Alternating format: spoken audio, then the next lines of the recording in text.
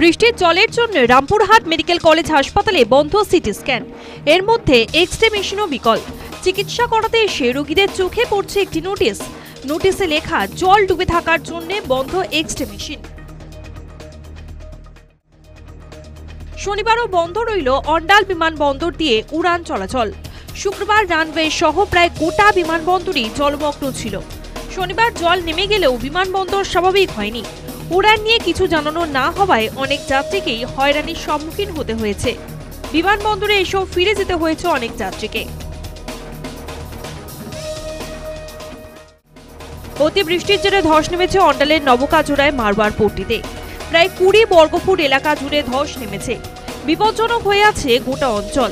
2-1 দিনের মধ্যে এলাকা ভরাট করা হবে প্রতিশ্রুতি খনি কর্তৃপক্ষের। ছেলের চানাটা চলেছিল না ভিতরে, ওই ধস হয়ে গেছে। আর এটা নতুন ঘটনা নয়, এটা দুবার আর আগে হয়েছিল।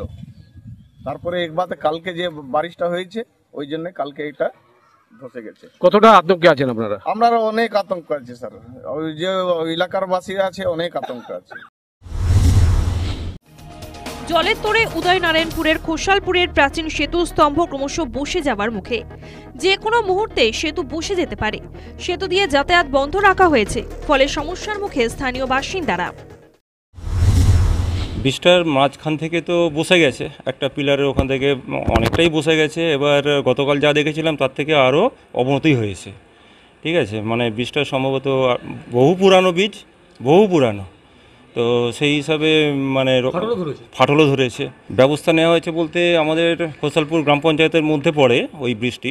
তা গ্রাম পঞ্চায়েতের তরফ থেকে সমস্ত প্রশাসনিক লেভেলে ব্লক, থানা, ইরিগেশন সমস্তকে জানানো হয়েছে এবং থানা থেকেও ওনাদের পরামর্শ মতো ব্রিজের দুপাশে ব্যারিকেড করে দেওয়া হয়েছে। হ্যাঁ, জলের চাপ বেড়েছে, জলের ভালোই রেস আছে।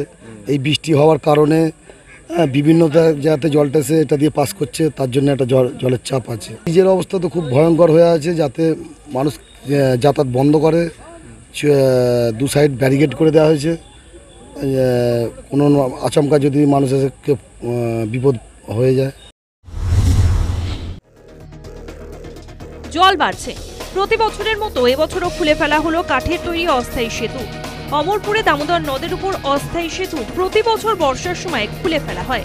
ফলে নদী পারাপারের জন্য এখন ভরসা নৌকায়। 5 লক্ষ টাকা খরচ করে অস্থায়ী কাঠের সেতু তৈরি করা হয়েছে।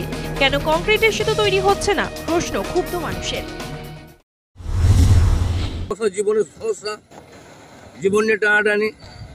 এবার যেতেও বাড়ি আসতেও বাড়ি, কোনো সমস্যা নেই যে আমি বাড়ি ফিরে আসবো কি। রাত হলে এখানে নৌকো যদি 10টা বেজে যায়, 10টা পর নৌকো খেয়া বন্ধ। এবার নৌকোর ভর্তি হলে জলের গভীর হলে সেটা সবাই ভয় লাগে, যেই মাঝিরাও ভয় লাগে যেই গাঙেতে নৌকো খেয়া দেবে না। জগৎবল্লভপুরের কানা দামোদর নদের জল বইছে রাস্তার উপর দিয়ে। 2 গ্রামের সংযোগ রক্ষাকারী রাস্তা আর নদী মিশে যাওয়ায় বন্ধ পারাপার। সমস্যায় 2 গ্রামের মানুষ। হ্যাঁ, এই যে সমস্যা, কিছু করার নেই। এখন তরুণ খুব তাড়াতাড়ি না ব্যবস্থা করলে আমাদের গ্রামের লোক আমাদের ও গ্রামে যেতে পারছে না, ও গ্রাম থেকে সব থেকে বেশি হচ্ছে ওদিককার লোক এদিকে আসতে পারছে না। আচ্ছা, এই রাস্তা পার করেই তো হসপিটালে যেতে হয়। এটা মেন রোড, হাসপাতালে যাবার, ওখানে স্কুল কলেজ মেন রোড। ও গ্রাম থেকে রোজ অন্তত 200-250 লোক ট্রেন ধরবার জন্য এইখান দিয়ে যাওয়া আসা করে। কি চাইছেন আপনারা? আমরা চাইছি যাতে তাড়াতাড়ি রাস্তাটার ব্যবস্থা করা হোক। টানা বৃষ্টিতে জলমগ্ন বীরভূমের বিভিন্ন অঞ্চল। সুদপীঠ কঙ্কালীতলার মন্দির চত্বরেও জল ঢুকেছে। মন্দিরের ভক্তদের প্রবেশে নিষেধাজ্ঞা জারি হয়েছে।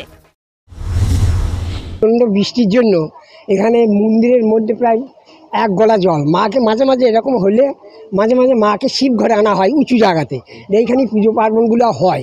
এটা একটা পৌরাণিক দিক আর কি, যে ওখানে মা থাকে।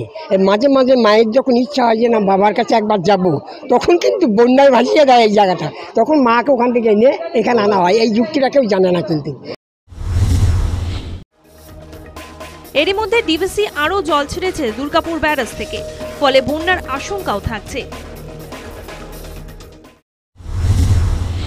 Member Secretary, Damodar Valley River Regulatory Committee জানিয়েছেন ডিভিসি ড্যাম থেকে আরও 1 লক্ষ কিউসেক জল ছাড়া হবে, যেটা পশ্চিমবঙ্গের মানুষের জন্য ঘোর বিপজ্জনক হবে বলে রাজ্য সরকারের আশঙ্কা। এই জল ছাড়ার ব্যাপারে রাজ্য সরকারের সঙ্গে কোনোরূপ আলোচনা হয়নি। রাজ্য সরকার ডিভিসি কর্তৃপক্ষকে অনুরোধ করেছেন এই বিপুল পরিমাণ জল আলোচনা ব্যতি রেখে সহসা এবং একতরফা যেন ছাড়া না হয়, কিভাবে স্ট্যাগার্ড ম্যানারে এটাকে ন্যাভিগেট করা যায় সেই চেষ্টা চলছে। প্রতি বছরের মতো এবারও জল ছাড়া বিতর্ক শুরু। রাজ্য বনাম ডিভিসি, এই বিতর্ক কি অনন্তকাল ধরে চলবেই? প্রশ্ন সাধারণ মানুষের। News time.